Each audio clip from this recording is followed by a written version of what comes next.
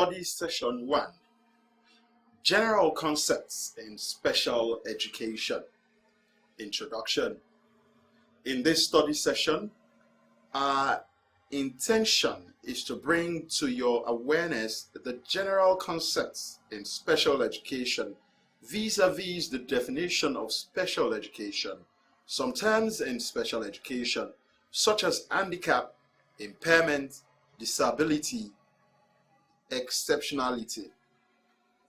This study session will also examine the shift in paradigm of some technologies in special education to special needs education, special educational needs, SEN. How disability before a person has changed to a person first before the disability. It will also highlight various beneficiaries of special needs education and the new issues and trends in special education needs. When you have studied this session, you should be able to 1. Present the concept of special education, 2. Point out the changes in some special education terminologies, and 3. Categorize children with exceptional needs. Terminology. Disability, a condition that curtails to some degree a person's ability to carry on his normal pursuit. A disability may be partial or total.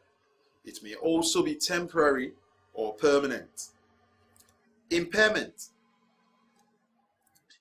This refers to the loss or reduced functionality of a particular body part or organ.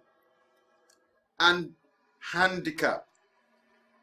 This refers to a problem or disadvantage that a person with a disability or impairment encounters in interacting with the environment.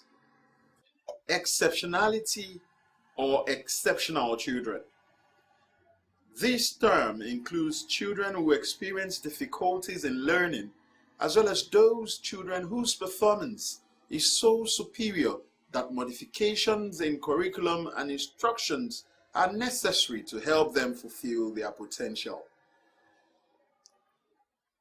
The meaning of special education. Special education may be thought of as an ideal general education in which individual differences are duly considered and provided for. These differences are manifest in pupils' ability, aptitudes, learning styles, and motivation to learn. Obani, 2004, sees special education as education specially designed to suit the special needs of children who may experience learning problems and learning difficulties as a result of disability or handicaps or other forms of special educational needs. In the past, special education was viewed, considered, and practiced almost as a separate system of education. It was seen as education for the disabled and handicapped people. It was a common thing then to hear comments such as education for the blind and the deaf. What are they doing? What percentage of the population are they talking about? Special education was viewed as education that could only be provided by some specially trained teachers using special methods and approaches, special equipment and materials, and often given in scheduled settings called special schools. Since the mid-70s, there has been a lot of rethinking and reorientation in the conceptualization and practice of special education. special education is no longer regarded as education for the handicapped and the disabled. Only it has been widened to include many other disadvantaged learners and others with different forms and levels of learning requirements. It is no longer education to be given in special settings, special schools, special classrooms, etc., by some special teachers only, using special methods and approach and equipment. It is now education to be given in regular neighborhood schools by any well-trained regular class teacher in classes for all children. Their physical, sensory, psychological, and other learning differences notwithstanding. From this change in orientation and thinking have come concepts like integration or mainstreaming, schools for all school approach, and inclusion or inclusive schooling. Special educational needs, SEN, is a British concept which was introduced in the 1970s and replaced the older concept of special education. As a concept, it was meant to broaden the notion and practice of special education to make it more ordinary, more natural, less negatively perceived, and more acceptable to the general public. Special education needs, as a concept, is more or less an upgraded version of the older special education concept.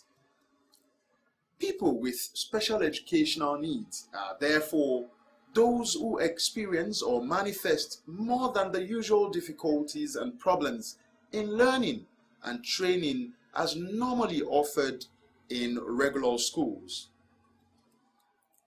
These are the people who need closer personal attention, some modification and adoption of the school routine and practices, general curriculum and approaches to teaching and learning in order to attain their optimum learning levels and development. Changes in terminology. Many years back and until recently, it was a common thing even among the professionals to hear words like disabled people, deaf boy, blind girl, mentally retarded person, learning disabled children, etc. These labels are considered derogatory by specialists in the field because they portray the condition before the individual. However, to be more polite and give respect, the individual should come first before the condition. This new approach, therefore, has ushered in terminologies such as children or persons with mental retardation, children with learning difficulties, a child with hearing impairment, etc. It is now widely acceptable to use these new terms to replace the old ones. You will be coming across these new terms as we go along in the study sessions. As part of dynamism in our society, there is always and there will always be a change in approaches and terminologies as researches keep on evolving and as societies keep on appreciating and accepting persons with special needs. As mentioned earlier in the study session, there is a change in orientation and thinking. Since some old concepts have transformed with modification to form new and probably a better one. Among these are terms like integration and mainstreaming, which has transformed with some modification into inclusion or inclusive education. Although the term inclusive education is very new, it has gained general recognition and acceptability. It involves bringing together under the same learning environment or classroom all categories of persons with exceptional needs and persons without any exceptional needs. This equally entails provision of gadgets, instructional aids, classrooms, and everything needed to make learning conducive to accommodate all categories of learners, notwithstanding their exceptionality. Categories of children with exceptional needs. Categories of children with exceptional needs that benefit from education for the children with special needs include the following categories of exceptionality. 1. Persons with mental retardation. 2. Persons with visual impairment. 3. Persons with learning disabilities. 4. Persons with speech or language disorder. 5. Persons with multiple disabilities. 6. Persons with physical disabilities. 7. Persons with emotional or behavioral problems. 8. Persons with autism. 9. Persons with exceptional intellectual endowment or gift and special talents. And 10. Persons that are restricted, home or hospital bound. Study session summary. In this study session, you learned the concept of special education and discussed about the changes in some special education terminologies.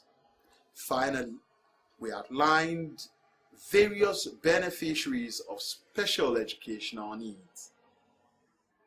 That ends study session 1. Thanks for listening.